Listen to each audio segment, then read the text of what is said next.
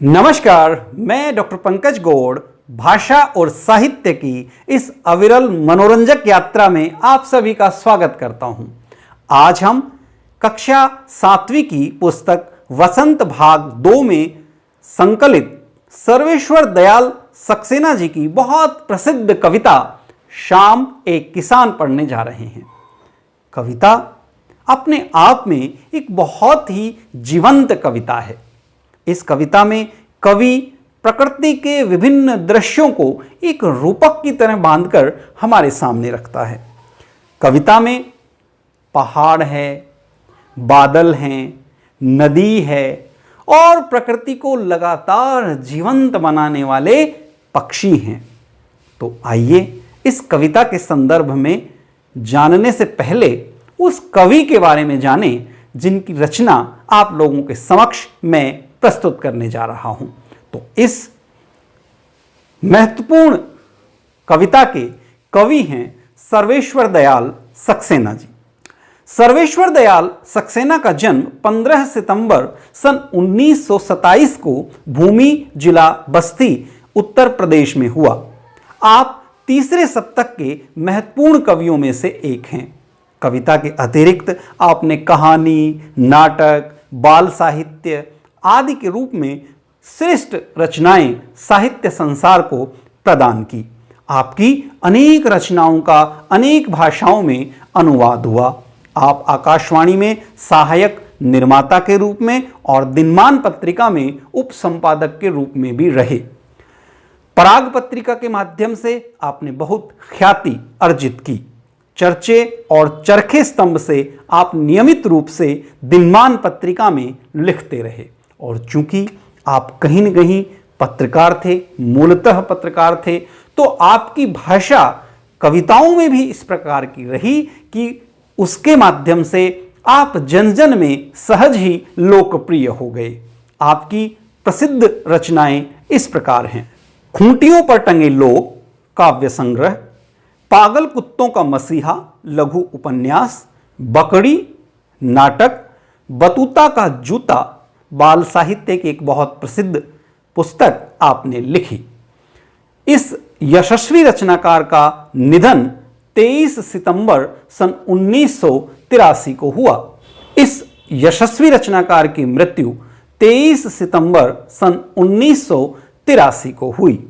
अपने साहित्य के माध्यम से जन जन में जो आपने अपना स्थान बनाया वह हमेशा रहेगा। आइए आपकी प्रसिद्ध रचना शाम एक किसान।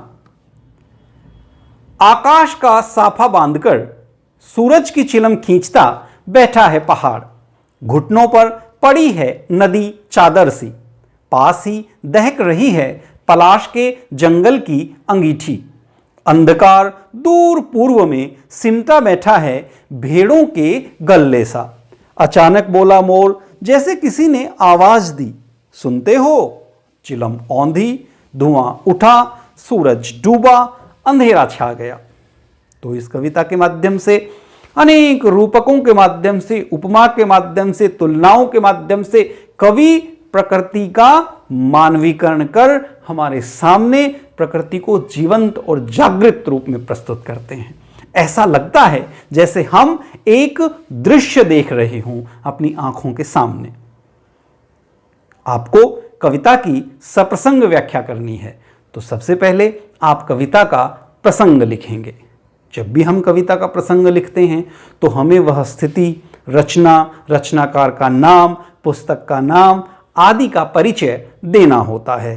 तो इसी क्रम में आप लिखेंगे: प्रस्तुत कवितांश हमारी हिंदी की पाठ्यपुस्तक वसंत भाग 2 में संकलित कविता शाम एक किसान से ली गई हैं। इसके कवि सर्वेश्वर दयाल सक्सेना हैं। कवि इस कविता में प्रकृति का एक रूपक बांधते हैं और विभिन्न रूपों में उसे देखते हैं। तत्पश्चात आप कविता की व्याख्या करेंगे। तो कवि कहते हैं, आकाश का साफा बांधकर आकाश जो है वो एक पर्वत के ऊपर, पहाड़ के ऊपर इस प्रकार से लगता है जैसे किसान ने अपने सर पर सफेद रंग का साफा बांधा हुआ हो, और उसके सामने जाड़े की शाम का सूरज है। तो उसका रंग कैसा है? उसका रंग लाल है। तो लाल रंग में वह इस प्रकार से लगता है जैसे किसी ने चिलम के ऊपर अंगारा रख दिया हो। कवि कल्पना करता है, कवि को वह दृश्य ऐसा दिखाई देता है, तो कवि कहता है सूरज की चिलम खींचता बैठा है पहाड़।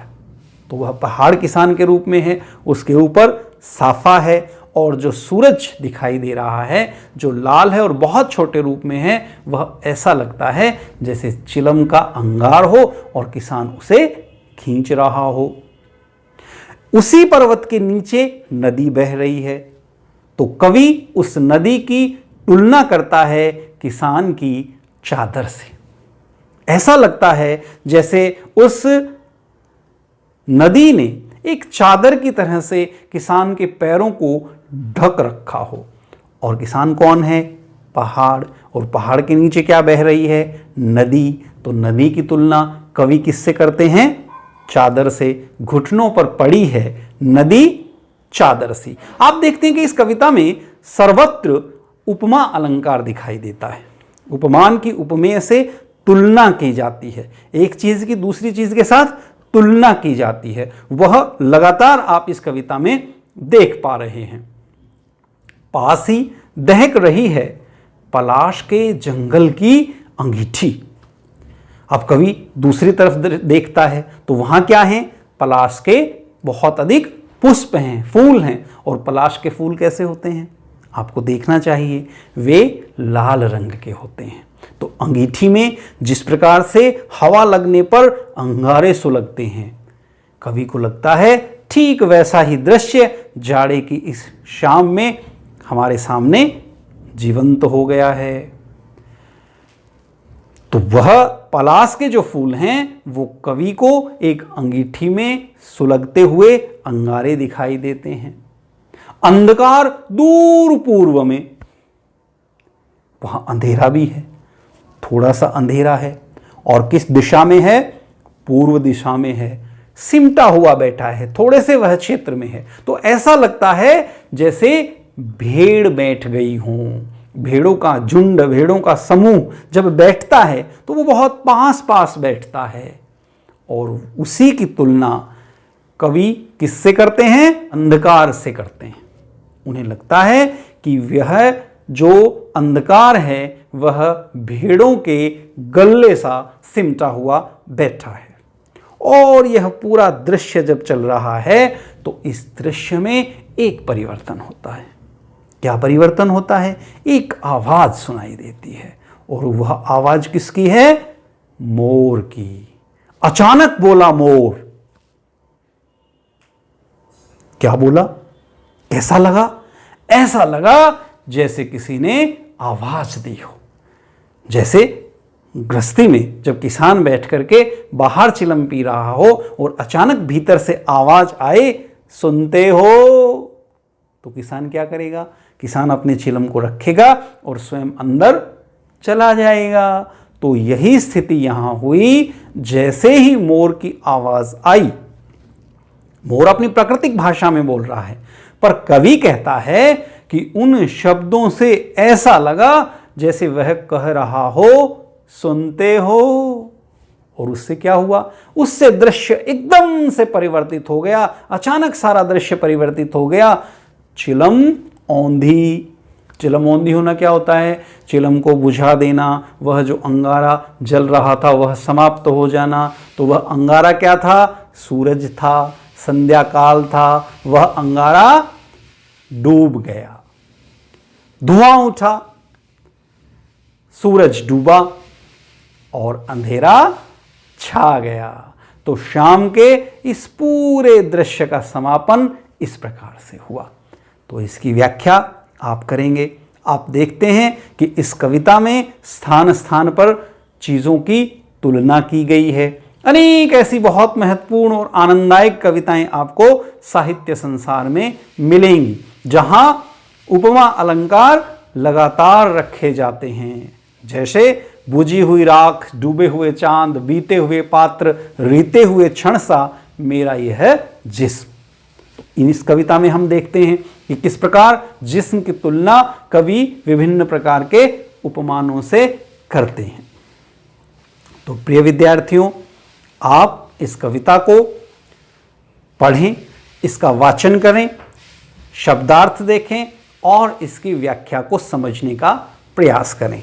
कविता एक प्राकृतिक दृश्य के रूप में हमारे सामने आती है और कवि एक प्राकृतिक दृश्य को बहुत ही सुंदर रूपकों के माध्यम से हमारे सामने प्रस्तुत करते हैं। वे विभिन्न प्रकार की उपमा के माध्यम से हमें बताने का प्रयास करते हैं कि सांझ का, जाड़े की सांझ का दृश्य कितना सुंदर और मनोहारी है। प्रिय विद्यार्थियों, अब तक आपने इस कविता के संदर्भ में क्या सीखा? एक बार पुनरावृत्ति के लिए मैं आपसे कुछ वस्तुनिष्ठ प्रश्न पूछ रहा हूं ताकि आप जांच कर सकें आपने अब तक जो सीखा है वह आपको समझ में आया, अन्यथा नहीं।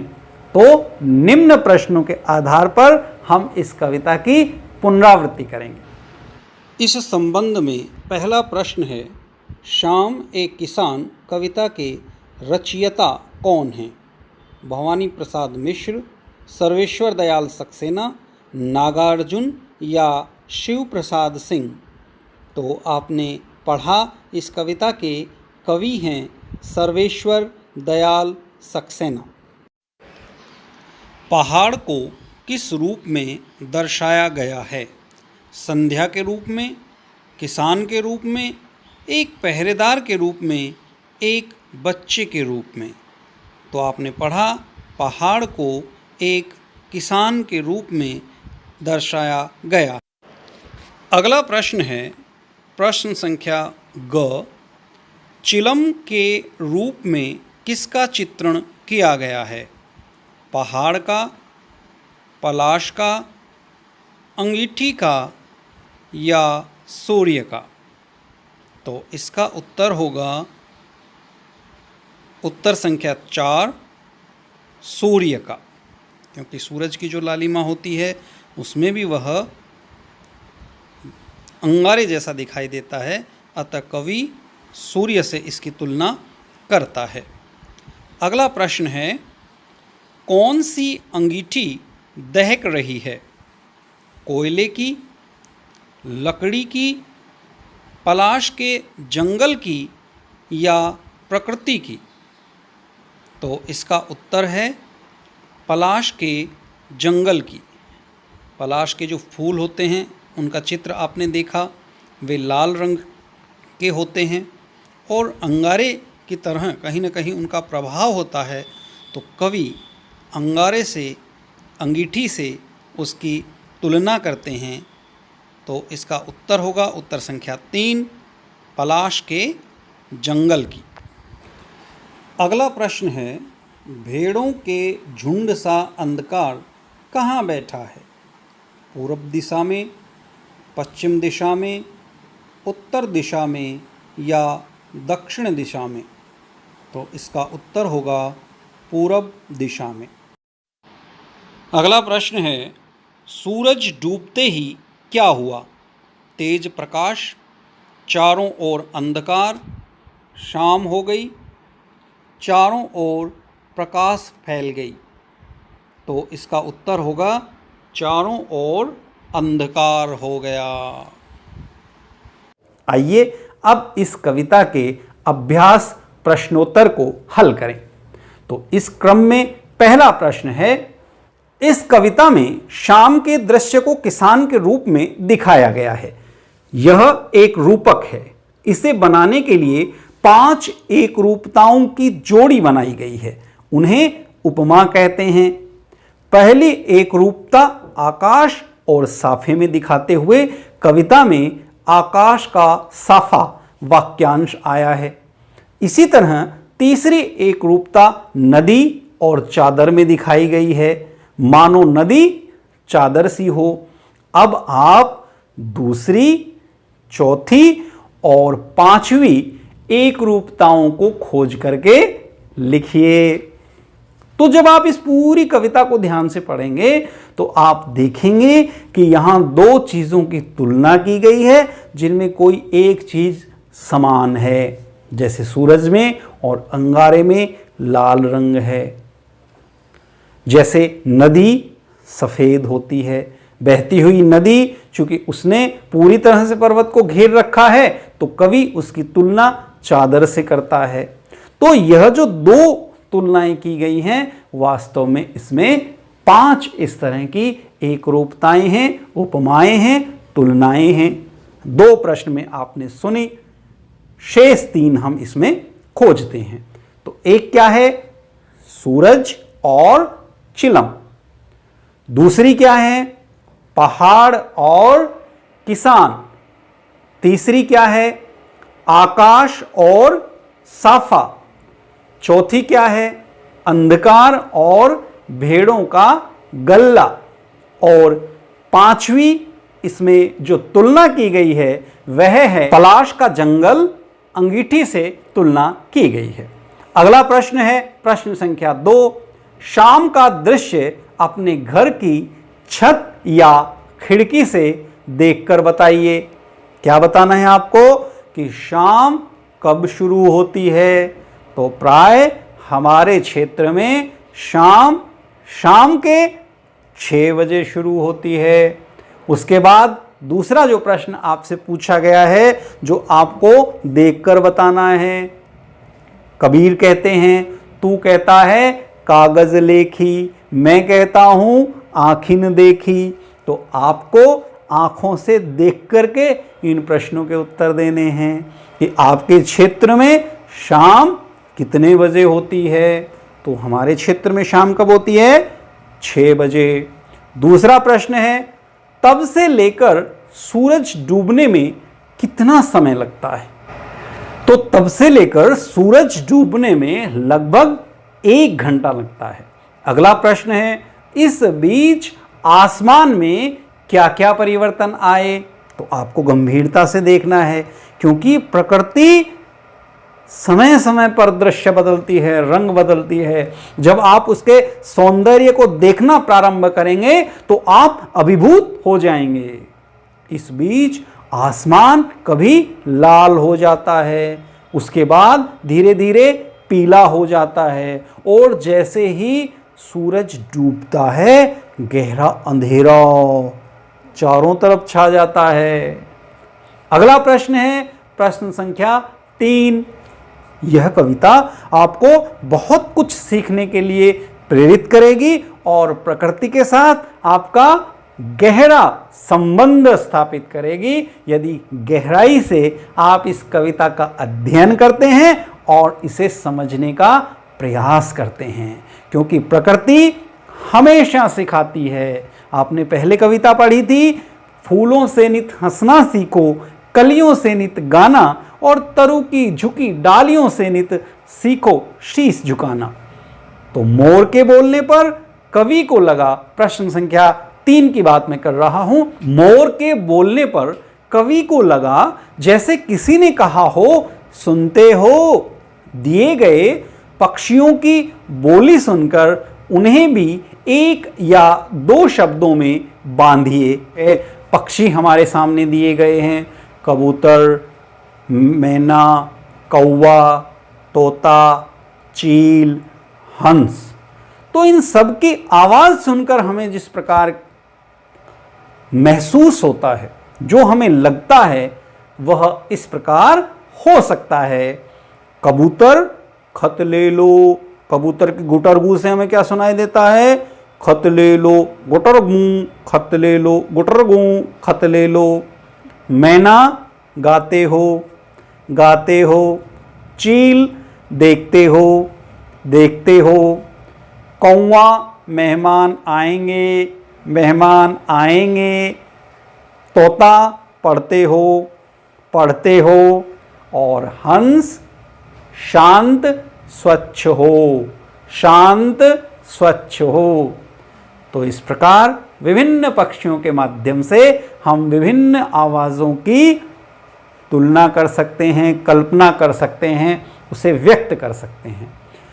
अब हम बात करेंगे कविता से आगे की, कि इस कविता के आधार पे जो आपकी कल्पना शक्ति का विकास हुआ है, जो आप में भाषा सामर्थ्य आया है, उसके माध्यम से किस प्रकार आप कविता से आगे भी चिंतन कर सकते हैं, चीजों को सोच सकते हैं। तो वह है प्रश्न 1। इस कविता को चित्रित करने के लिए किन किन रंगों का प्रयोग करना होगा? अगर आपने जो कविता सुनी है, आप इसे चित्र के रूप में प्रस्तुत करना चाहते हैं, आप उन सब भावनाओं को रंगों के माध्यम से व्यक्त करना चाहते हैं, क्योंकि कविता में हम क्या करते हैं? कविता में हम अपनी बात को शब्दों के माध्यम से व्यक्त करते हैं, और चित्रकला में हम लोग क्या करते हैं? रंगों के माध्यम से हम अपनी बात को व्यक्त करते हैं। तो आपको कौन कौन से रंगों की इसके लिए आवश्यकता होगी? तो उसमें सबसे पहला रंग है पीला, सुनहरा, सफेद, लाल, काला आदि रंगों की आपको आवश्यकता होगी, क्योंकि कहीं अंधेरे की बात कवि ने की है, कहीं सफेद साफे की बात कवि ने की है। अगला प्रश्न है, शाम के समय ये क्या करते हैं? पता लगाइए और लिखिए। वहां आपको जासूसी का काम भी दिया गया है कि आप देखें और देख करके सीखें। पक्षी शाम के समय क्या करते हैं? खिलाड़ी शाम के समय क्या करते हैं? फल वाले शाम के समय क्या करते हैं? मांस शाम के समय क्या करती हैं? पेड़ पौधे, पिताजी, किसान और आप स्वयं, बच्चे शाम के समय क्या करते हैं? तो पक्षी शाम के समय क्या करते हैं?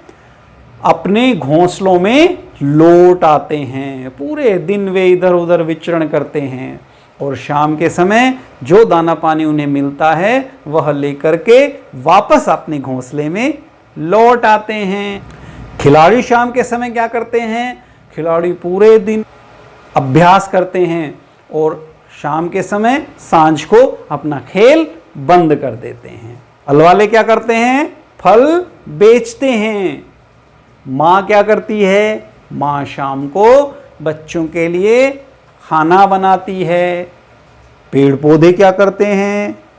पेड़ पौधे कई बार जोर जोर से हिलते हैं, कई बार रुक जाते हैं। इस प्रकार से अलग अलग शाम को यदि आप देखेंगे तो उनकी प्रतिक्रिया अलग अलग होगी। पिताजी शाम को क्या करते हैं? पिताजी शाम को दफ्तर से लौट आते हैं। किसान शाम को क्या करते हैं? किसान खेतों में फसलों का काम करके अपने घर वापस आते हैं। और बच्चे शाम को क्या करते हैं? बच्चे शाम को खेलते हैं। अगला प्रश्न है प्रश्न संख्या 3। हिंदी के एक प्रसिद्ध कवि सुमित्रानंदन पंत ने संध्या का वर्णन इस प्रकार किया है। संध्या का झुटपुट, बांसों का झुरमुट, है चहक रही चिड़िया, टिवटी टुट टुट, टिवटी टुट टुट। तो ये जो कविता आप लोगों के समक्ष प्रस्तुत की गई है सर्वेश्वर दयाल सक्सेना जी की, इस कविता के आधार पर आपको तुलना करनी है। क्या करना है? ऊपर दी गई कविता और सर्वेश्वर दयाल सक्सेना जी की कविता में आपको मुख्य अंतर क्या लगा? एक प्रकृति की कविता हमने शाम एक किसान पढ़ी और दूसरी प्रकृति की कविता आपने सुमित्रानंदन पंत जी की पढ़ी। तो दोनों कविताओं में क्या अंतर है? तो एक कविता में संध्याकालीन दृश्य की तुलना किससे की गई है? किसान से की गई है। किसान के माध्यम से सर्वेश्वर दयाल सक्सेना अपनी बात कहते हैं। और दूसरों में संध्याकालीन दृश्य में पक्षियों की आवाज को प्रधानता दी गई है। सुमित्रानंदन पंत जी ने ऐसा किया है।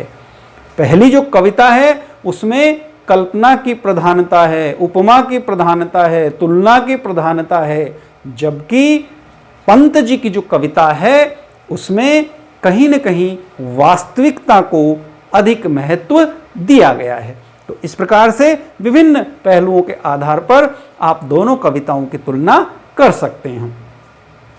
इसके बाद है अनुमान और कल्पना, कि आपकी कल्पना शक्ति में ये कविता किस प्रकार से वृद्धि करती है। शाम के बदले यदि आपको यह कविता सुबह के बारे में लिखनी हो तो किन किन चीजों की मदद लेकर आप अपनी कल्पना को व्यक्त करेंगे। नीचे दी गई कविता की पंक्तियों के आधार पर सोचिए। पेड़ों के झुनझुने बजने लगे, लुढ़कती आ रही है सूरज की लाल गेंद, उठ मेरी बेटी सुबह हो गई। यहां कवि ने एक और सर्वेश्वर दयाल सक्सेना जी की कविता दी गई है और उसके माध्यम से सुबह का बहुत सुंदर वर्णन किया गया है। तो एक और दृश्य जो मुझे शमशेर बहादुर सिंह जी की कविता का याद आता है वह क्या है, प्रातः नभ था बहुत नीला, कि सुबह का दृश्य यदि आपको प्रस्तुत करना हो तो कैसे आप करेंगे, तो यह आपकी कल्पना शक्ति पर निर्भर करता है कि आप कैसे करेंगे। पर एक उदाहरण में शमशेर बहादुर सिंह जी जो इनके समकालीन कवि हैं किस प्रकार से सुबह का सौंदर्य का चित्रण करते हैं आपके समक्ष रखने जा रहा हूं। यह आपके लिए एनसीईआरटी की पुस्तक में भी उपलब्ध है। प्रातः नभ था बहुत नीला शंख जैसे, भोर का नभ राख से लीपा हुआ चौका अभी गीला पड़ा है, बहुत काली सिल जरा से लाल केसर से की जैसे धुल गई हो, स्लेट पर या लाल खड़िया चाक मल दी हो किसी ने, नील जल में या किसी की गोर झिलमिल देह जैसे हिल रही हो, और जादू टूटता है इस उषा का अब सूर्योदय हो रहा है। तो इस कविता में शमशेर बहादुर सिंह प्रातःकालीन दृश्य का चित्रण हमारे सामने करते हैं और उसके माध्यम से अपनी बात को रखते हैं। तो आप भी प्रातःकालीन दृश्य को देखें और कविता के माध्यम से उसे व्यक्त करने का प्रयास करें। इसके बाद है भाषा की बात। तो भाषा की बात के अंतर्गत जो प्रश्न हमसे पूछे गए हैं उसमें पहला प्रश्न है, नीचे लिखी पंक्तियों में रेखांकित शब्दों को ध्यान से देखिए। क, घुटनों पर पड़ी है नदी चादर सी। ख, सिमटा बैठा है भेड़ों के गल्ले सा। ग, पानी का पर्दा सा मेरे आसपास था हिल रहा। घ, मंडराता रहता था एक मरियल सा कुत्ता आसपास।